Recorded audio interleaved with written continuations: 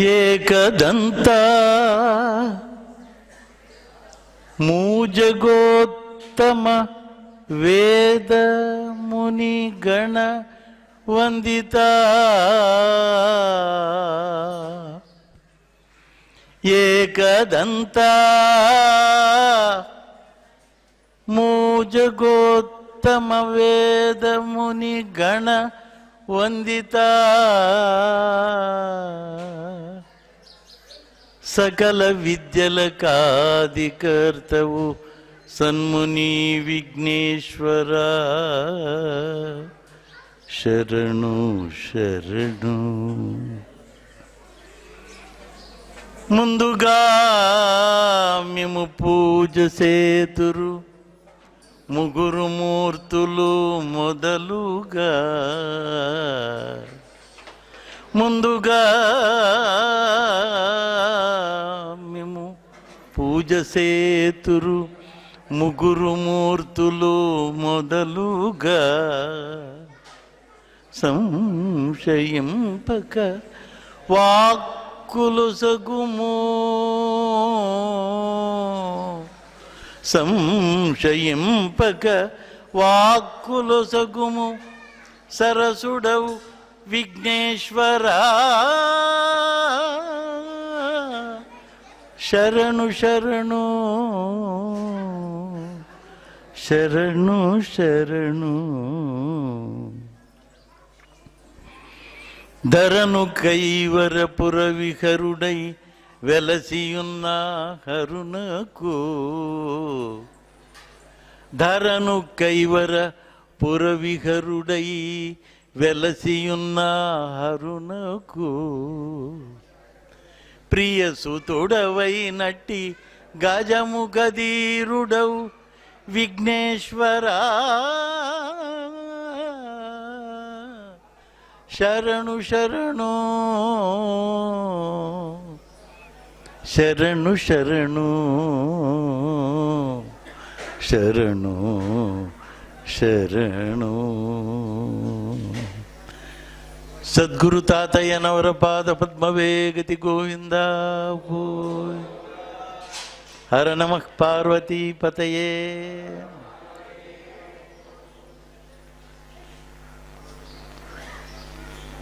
సరసుడు గావలే విరసము విడవలే సర్వము తానని తెలియవలెన్.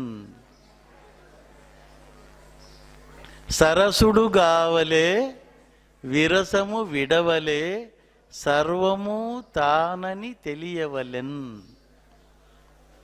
సర్వము తానని తెలిసేటందుకు గురు ఉపదేశము కలుగవలెన్. గురు ఉపదేశము కలిగేటందుకు నిలకడగా మది నిలుపవలెన్. నిలకడగా మది నిలపేటందుకు పూర్వపుణ్యము ఉండవలెన్.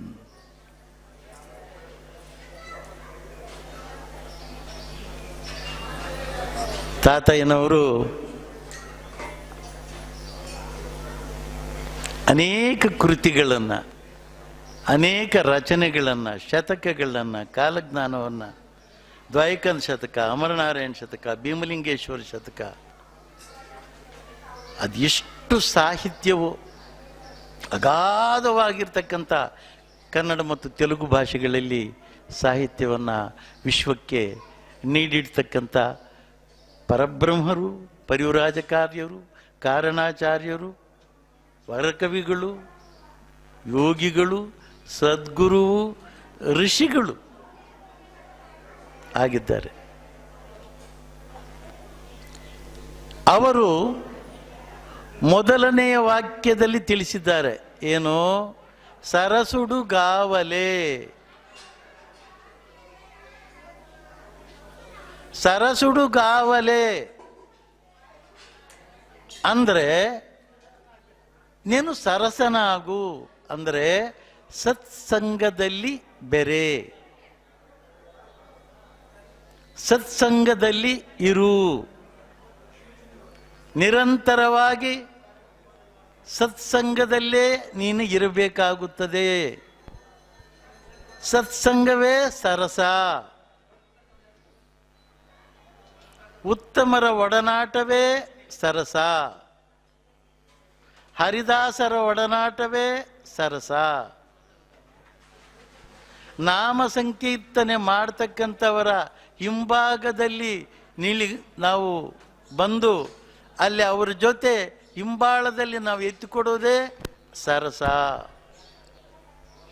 ಅನೇಕ ವಿಷಯಗಳನ್ನು, ಆತ್ಮಬೋಧಾಮೃತಗಳನ್ನು ಎಲ್ಲವನ್ನು ಕೇಳ್ತಕ್ಕಂತಹದ್ದೇ ಸರಸ.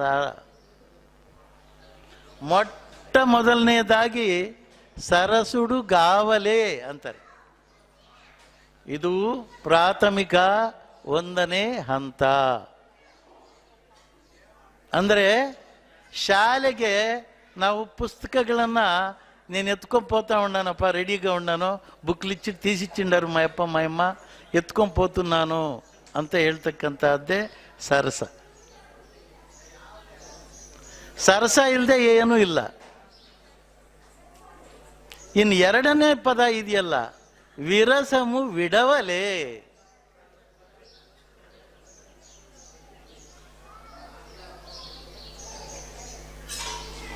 ವಿರಸಮು ಅಂದರೆ ಕೋಪ ತಾಪಗಳು. ಇದ್ದಕ್ಕಿದ್ದಂಗೆ ಕೋಪ ಬಂದ್ಬಿಡೋದು. ಇದ್ದಕ್ಕಿದ್ದಂಗೆ ಏನೋ ಮಾಡ್ಬೇಕು ಇವ್ರನ್ನ ಅಂತ ಅನಿಸ್ಬಿಡೋದು. ಆ ವಿರಸ ಅದರಲ್ಲೆಲ್ಲ ಸೇರ್ಕೊಳ್ತದೆ. ವಿರಸದಲ್ಲಿ ದ್ವೇಷಗಳು ಸೇರ್ಕೊಳ್ತದೆ, ಈರ್ಷೆಗಳು ಸೇರ್ಕೊಳ್ತದೆ, ಎಲ್ಲವೂ ಸೇರಿಕೊಂಡು ವಿರಸ ಆಗೋದು. ಅದು ಒಂದೇ ಪದದಲ್ಲಿ ಹೇಳ್ಬಿಟ್ಟಿದ್ದಾರೆ. ಸರಸುಡುಗಾವಲೆ ವಿರಸಮು ವಿಡವಲೆ. ಆ ಕೋಪ ಬಿಡಬೇಕು. ಬಹುಕೋಪಮು ಕವಿ ಮುನುಲಕು, ಬಹುಕೋಪಮು ವ್ಯಾಘ್ರ ಪಣಿಕಿನ್, ಬಹುಕೋಪಮು ಕದಿರೀಗೆಕು, ಬಹುಕೋಪಮು ಶೂನ್ಯಗಾಡು ನಾರಾಯಣ ಕವಿ. ಬಹುಕೋಪಮು ಕವಿ ಮುನುಲಕು. ಕವಿಗಳಿಗೆ ಸ್ವಲ್ಪ ಕೋಪ ಜಾಸ್ತಿ. ಮುನಿಗಳು ಅಂದರೆ ಬ್ರಹ್ಮನ ವಕ್ಷಸ್ಥಲವನ್ನೇ ಒದ್ದ ಭೃಗು. ಕೋಪ ಬಂದ್ಬಿಟ್ಟು ಆ ಕೋಪವನ್ನು ತಡೆದುಕೊಳ್ಳಲಾಗದೆ ಆ ವಕ್ಷಸ್ಥಲದಲ್ಲಿ ಇರ್ತಕ್ಕಂಥವಳೇ ಲಕ್ಷ್ಮಿ, ಜಗನ್ಮಾತೆ. ಆ ಸ್ಥಳವನ್ನೇ ಒದ್ದ. ಕೋಪ ಅಂದರೆ ಅದೇ. ಮುನಿಗಳಿಗೆ ಅಂದರು, ಯೋಗಿಗಳಿಗೆ ಅನ್ಲಿಲ್ಲ, ಮೋಕ್ಷ ಸಾಧಕರಿಗೆ ಅನ್ಲಿಲ್ಲ. ಬಹುಕೋಪಮು ಕವಿ ಮುನುಲಕು ಅಂದರು. ಇವರೆಲ್ಲ ಮುನಿಗಳು, ಪರಬ್ರಹ್ಮನಲ್ಲಿ ಜೀವಾತ್ಮನನ್ನ ಐಕ್ಯ ಮಾಡದೆ ಇರ್ತಕ್ಕಂಥವರು. ಬಹುಕೋಪಮು ಕವಿ ಮುನುಲಕು, ಬಹುಕೋಪಮು ವ್ಯಾಘ್ರ ಫಣಿಕಿನ್. ವ್ಯಾಘ್ರಕ್ಕೆ, ಹುಲಿಗೆ ಬಹುಕೋಪ, ಫಣಿ ನಾಗರಹಾವಿಗೆ ಬಹುಕೋಪ. ಬಹುಕೋಪಮು ಶೂನ್ಯಗಾಡು ನಾರಾಯಣ ಕವಿ. ಅವನು ಏನು ಇಲ್ಲದೆ ಇರ್ತಕ್ಕಂಥವನು. ಶೂನ್ಯ ಅಂದರೆ ಝೀರೋ. ನಾವು ಝೀರೋವನ್ನ ಕನ್ನಡದಲ್ಲಿ ಶೂನ್ಯ ಅಂತೀವಿ. ದಟ್ ಈಸ್ ಝೀರೋ ಅಂದರೆ ಏನು ಇಲ್ಲ ಅಲ್ಲಿ ಅಂತ ಅರ್ಥ. ಸರಸುಡುಗಾವಲೆ ವಿರಸಮು ವಿಡವಲೆ ಸರ್ವಮೂ ತಾನನಿದೆಲಿಯವಲೆನ್. ಸರ್ವವೂ ನಾನೇ. ಆ ಹಾವಿನಲ್ಲಿರ್ತಕ್ಕಂಥದ್ದು ನಾನೇ, ನಾಯಿಯಲ್ಲಿರ್ತಕ್ಕಂಥದ್ದು ನಾನೇ, ಸಕಲ ಚರಾಚರ ಜೀವರಾಶಿಗಳಲ್ಲೂ ಕೂಡ. ಚೀಮಲೋ ಬ್ರಹ್ಮಲೋ. ಚೀಮ ಸೀಮೆಯಲ್ಲಿ, ಬ್ರಹ್ಮದಲ್ಲಿ, ಎಲ್ಲ ಕಡೆಯೂ ಕೂಡ ನಾನೇ ತುಂಬಿ ತುಳುಕಾಡ್ತಾ ಇದ್ದೇನೆ ಅಂತ ತಿಳ್ಕೋಬೇಕು. ಸರಸುಡುಗಾವಲೆ ವಿರಸಮು ವಿಡವಲೆ ಸರ್ವಮೂ ತಾನನಿದೆಲಿಯವಲೆನ್. సర్వము తానని తెలిసేటందుకు గురు ఉపదేశము కలుగవలెన్. ಸರ್ವವೂ ನಾನೇ, ಸಕಲ ಜೀವರಾಶಿಗಳಲ್ಲೂ ನಾನೇ ತುಂಬಿ ತುಳುಕಾಡ್ತಾ ಇದ್ದೀನಿ ಅಂತ ತಿಳ್ಕೋಬೇಕಾದ್ರೆ ಗುರುವಿನ ಉಪದೇಶ ಆಗಬೇಕು. ನಾವು ನೋಡಿರ್ತಕ್ಕಂಥ ರೀತಿಯಲ್ಲಿ ಗುರುಗಳ ಹತ್ರಕ್ಕೆ ಯಾವ ಪರಬ್ರಹ್ಮ ಸ್ವರೂಪಿಗಳು ಕೂಡ ಹೋಗಿ ಉಪದೇಶವನ್ನು ಪಡ್ಕೊಂಡು ಬಂದಿಲ್ಲ. ಅಕಸ್ಮಾತ್ ವೇಮನ ಯೋಗಿಗಳು ಹುಣ್ಣಿಮೆಯ ದಿನ ಅಕಸ್ಮಾತ್ ಆಗಿ ಹೋಗಿ ನೀಕೋಸ್ಕರ ಕಾಸ್ಕೊಂಡನಪ್ಪ, ಬಾಪ ನೀನು ನಿನಗೋಸ್ಕರ ಕಾದ್ಕೊಂಡಿದ್ದೆ ಅಂತಂದ್ರು. ಗುರುಗಳೇ ಹುಡುಕೊಂಡು ಬರ್ತಾರೆ. ಎಲ್ಲ ಮಹಾಪುರುಷರ ಹತ್ರ ಕೂಡ ಗುರುಗಳೇ ಬಂದಿದ್ದಾರೆ. ರಾಮಕೃಷ್ಣ ಪರಮಹಂಸರ ಹತ್ರಕ್ಕೂ ಕೂಡ ಗುರುಗಳು ಹುಡುಕೊಂಡು ಬಂದಿದ್ದಾರೆ ಅವರನ್ನ. ಇವರೇನು ಹುಡುಕೊಂಡು ಹೋಗ್ಲಿಲ್ಲ ಗುರುಗಳನ್ನ. ತಾತಯ್ಯನವರ ಹತ್ರಕ್ಕೂ ಕೂಡ ಗುರುಗಳೇ ಬಂದಿದ್ದಾರೆ. ಪರದೇಶ ಸ್ವಾಮಿಗಳಿಂದ ಈಚೆ ಬಂದಾಗ ನನಗೆ ಬಳೆ ಹಾಕಪ್ಪ, ಓ ನಾರಾಯಣಪ್ಪ ಬಳೆ ಹಾಕ್, ನನಗೆ ಯಾಕೆ ಹಾಗೆ ಹೋಗ್ತಾ ಇದ್ದೀಯಾ ಅಂತ ಒಬ್ಬ ಮಹಾತಾಯಿ ಕೇಳ್ಕೊಂಡ್ರು. ಅಲ್ಲೇ ನಿಂತ್ಕೊಂಡ್ರು. ಬಳೆ ಹಾಕಿದ್ರು ಹಾಕಿದ್ರು ಹಾಕಿದ್ರು ಹಾಕಿದ್ರು ಹಾಕಿದ್ರು. ಆ ಕರಗಳು ತುಂಬಲೇ ಇಲ್ಲ. ಮಲ್ಲಾರದಲ್ಲಿರ್ತಕ್ಕಂಥ ಎಲ್ಲ ಬಳೆಗಳನ್ನು ಕೂಡ ತೊಡಿಸಿದ್ರು. ಎಲ್ಲ ಖಾಲಿ ಆಗೋಯ್ತು ಮಲ್ಲಾರ. ಕರಗಳು ಮಾತ್ರ ತುಂಬಲಿಲ್ಲ. ನಿಂಡ್ಲೇದಪ್ಪ ಸೆತ್ಲೋ. ವೆಯ್ಯಿ ವೆಯ್ಯಿ ವೆಯ್ಯಿ ವೆಯ್ಯಿ ಚೆತ್ಲು ನಿಂಡ್ಲೇದು. ಅಲ್ಲಿ ನೋಡಿದ್ರೆ ಮಲ್ಲಾರ ಖಾಲಿ ಆಗೋಗ್ಬಿಟ್ಟಿದೆ. ಆ ಕೈಗಳು ಮಾತ್ರ ತುಂಬಲೇ ಇಲ್ಲಿಲ್ಲ. ಆವಾಗ ಅಂದ್ಕೊಂಡ್ರು, ಓಹ್ ಎಷ್ಟೇ ಮಾರ್ಬಿಟ್ಟೆ ನಾನು. ಸಾಕ್ಷಾತ್ ಮಹಾಲಕ್ಷ್ಮಿಗೆ ನಾನು ಬಳೆಗಳನ್ನು ಹಾಕ್ತಾ ಇದ್ದೀನಲ್ಲ, ಇದೆಂತ ಕೃಪೆ, ಆಶೀರ್ವಾದ ಮಾಡಿ. ಅವರ ಆಶೀರ್ವಾದ ಇಲ್ಲದೆ ಇದ್ರೆ ಮುಂದೆ ಏನು ಮಾಡೋಕ್ಕಾಗೋದಿಲ್ಲ. ಅದಕ್ಕೆ ಎಲ್ಲ ಮಹಾಪುರುಷರಿಂದ ಹಿಡಿದು ಕೂಡ ಮೊದಲು ಗಣಸ್ತುತಿಯನ್ನು ಮಾಡಿ ಮತ್ತೆ ಆ ಆದಿ ಪರಂಜ್ಯೋತಿಯಾಗಿರ್ತಕ್ಕಂತಹ ಲಕ್ಷ್ಮಿಯನ್ನು ಪಾರ್ವತಿಯನ್ನು ಸ್ತುತಿ ಮಾಡ್ತಕ್ಕಂತಹದ್ದು ವಾಡಿಕೆಯಾಗಿದೆ. ಯಾವಾಗ ಆ ಕರಗಳು ತುಂಬಲಿಲ್ವೋ, ಅಮ್ಮ ತಾಯೇ ಅಂತ ಪಾದಗಳ ಮೇಲೆ ಬಿದ್ದರು. ಅಪ್ಪ ನಿನ್ನ ಕಾಮಿತಾರ್ಥವನ್ನು ಈಡೇರಿಸ್ತಕ್ಕಂತಹದ್ದು ನಮ್ಮ ಕರ್ತವ್ಯ, ನಮ್ಮ ಮನೆಗೆ ಬಾ ಅಂತ ಕರೆದ್ರು. ಕಣ್ಣೆತ್ತು ನೋಡುವಷ್ಟೊತ್ತಿಗೆ ಮಾಯವಾಗಿಬಿಟ್ಟಿದ್ದಾರೆ, ಕಾಣಿಸ್ಲಿಲ್ಲ ಲಕ್ಷ್ಮಿ. ಓಡೋಡಿ ಮನೆಗೆ ಬಂದರು.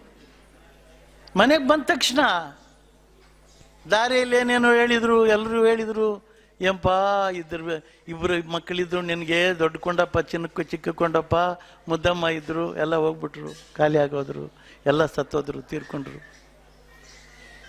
ಮುದ್ದಮ್ಮ ಇದ್ದಾಳೆ, ಆ ಇಬ್ಬರು ಮಕ್ಕಳು ಕೂಡ ತೀರ್ಕೊಂಡಿದ್ದಾರೆ ಅಂತ ಹೇಳಿದರು. ಪುತ್ರರು ಋಣಸ್ಥರು ಅಂತಂದ್ರು ತಾತನವರು. ಪುತ್ರರು ಋಣಸ್ಥುಲು ವಾರಿ ಋಣಮು ತೀರಿಪೋಯಿನದಿ ಅಂದರು. ಅಂದ್ರೆ ಪುತ್ರಗಳು ಯಾರು ಅಂದ್ರೆ ಅವರು ಋಣಸ್ಥರು, ಋಣ ಮಾಡಿ ಹುಟ್ಟಿದ್ದಾರೆ, ಅವರು ಋಣ ತೀರಿ ಹೋಗಿದೆ, ಹೋಗು ಅಂದ್ರು. ಗಾಬರಿನೇ ಪಡಲಿಲ್ಲ. ಮನೆಗೆ ಬಂದ ತಕ್ಷಣ ಹಸಿವಾಗ್ತಾ ಇದೆ. ಮಗಳು ಬಂದ್ಲು, ಅಪ್ಪ ಅಂತ ಬಾಚಿ ತಬ್ಕೊಂಡ್ಲು. ಅಪ್ಪ ಊಟ ಮಾಡು ಅಂದ್ಲು. ಹೆಣ್ಣು ಮಕ್ಕಳಿಗೆ ಗಂಡು ಮಕ್ಕಳಿಗಿಂತಲೂ ಕೂಡ ತಂದೆ ತಾಯಿ ಮೇಲೆ ಪ್ರೀತಿ ಜಾಸ್ತಿ. ಅವ್ರಿಗೆ ಪ್ರೀತಿ ಜಾಸ್ತಿ ಹೆಣ್ಣು ಮಕ್ಕಳಿಗೆ, ತನ್ನ ತಂದೆ ತಾಯಿ ಅಣ್ಣ ತಮ್ಮ. ಅಂದ್ರೆ ಈಗ ಅಣ್ಣ ತಮ್ಮ ಇಲ್ಲ ಬಿಡಿ, ಇವಾಗೆಲ್ಲ ಕೋರ್ಟ್ಗಳಿಗೆ ಹೋಗ್ತಾ ಇದ್ದಾರೆ. ತಂದೆ ತಾಯಿ ಮೇಲೆ ಪ್ರೀತಿ ಜಾಸ್ತಿ. ಅಪ್ಪ ಊಟ ಮಾಡು ಒಂದಷ್ಟು ಅಂತ. ತಂಗಳಿಟ್ಟಿದೆ, ಗೊಜ್ಜಿಸ್ಕಾಕ್ತೀನಿ ಅಂತ ಊಟಕ್ಕೆ ಬಡಿಸಿದ್ದಾರೆ. ಆಚೆ ಗಟ್ಟಿಯಾದ ಶಬ್ದ, ಹೆಂಡತಿ ಕಿರಿಚ್ತಾ ಇದ್ದಾಳೆ, ಗಟ್ಟಿಯಾಗಿ ಮಾತಾಡ್ತಾ ಇದ್ದಾಳೆ. ತಕ್ಕಡಿ ಚಿಕ್ಕಮ್ಮ, ತಂಟ್ಲ ಬಯ್ಯಮ್ಮ, మడ్డి మారమ్మ, కట్టి ఉన్నది బట్ట బారెడు లేదు, నట్టడవిలోన నిలిచినట్లాయనమ్మా ಅಂತ ಇದ್ದಾಳೆ. ಅಂದರೆ ಅವ್ರನ್ನೆಲ್ಲ ಫ್ರೆಂಡ್ ಸರ್ಕಲ್.